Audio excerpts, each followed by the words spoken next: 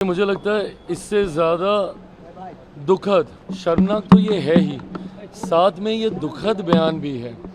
अगर देश के एलओपी लोकसभा, नेता प्रतिपक्ष लोकसभा की खुद की सोच ऐसी है, जो कहीं ना कहीं सदन में विपक्ष का नेतृत्व कर रहे हैं, वो अगर हमारी सेना को जात पात धर्म मजहब में बांट कर देखने का काम कर रहे हैं, तो इससे ज़्यादा लोकतंत्र के लिए दुखद और कोई बात नहीं हो सकती। जैसा मैंने कहा कि ये बयान तो शर्मनाक है ही, मैं उसमें जा ही नहीं रहा, पर सोचिए कितनी भावनाओं को आपने ठेस पहुंचाई होगी।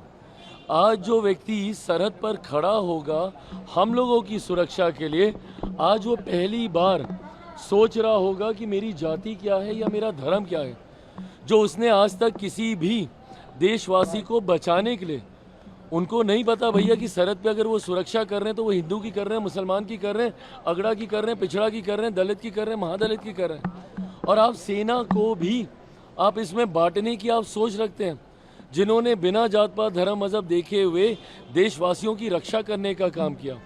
और अगर आपको इतनी ही चिंता है राहुल जी, तो बता दीजिए ना कि देश की सत्ता में लंबे समय तक कौन था शासन में भैया?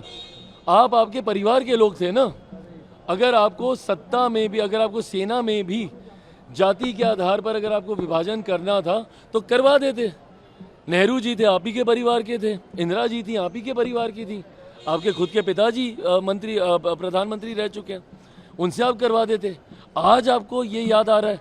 चुनाव में मैं समझता हूँ कई बार हताशा होती है, निराशा होती है, कई बार आप ऐसी बातें बोलते हैं जिससे ध्रुवीकरण हो, बट एक मर्यादा हमेशा रखनी चाहिए।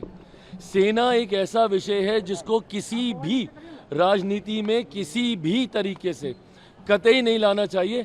आज राहुल गांधी जी के इस बयान ने ना सिर्फ मौजूदा जवानों को, सैनिकों को अपमानित करने का काम किया है, बल्कि हर वो शहीद जो सरहद पर हम लोगों की रक्षा करते हुए शहीद हुए हैं, आज उनकी भी आत्मा को ठेस पहुंचाने का काम राहुल गांधी जी के द्वारा किया गया। यादव ने एक वीडियो शेयर किया है जिसमें अररिया में एक ब्रिज कोलैप्स कर गया है सर। एक सभा हुई थी आरजेडी का, उसमें घटना को लेकर गाना गाया जा रहा है। चुनावी सभा है, वो भी आरजेडी की। देखिए, आरजेडी के कल्चर में ये रहा है, उनकी कार्यशैली का ये हिस्सा रहा है, हुड़दंग मचाना, गोली बारूद, इस तरीके के चीज़ों का इस्तेमाल करना।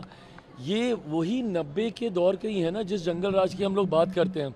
आज भी आप इनकी सभाओं में देखिए किस तरीके से हुड़दंग मचता है, किस तरीके से एक अराजकता का माहौल इनकी सभाओं में रहता है। तो ये अपने में दर्शाता है कि भाई सोच और कार्यशैली तो इनकी वो 90 के दशक वाली है ना।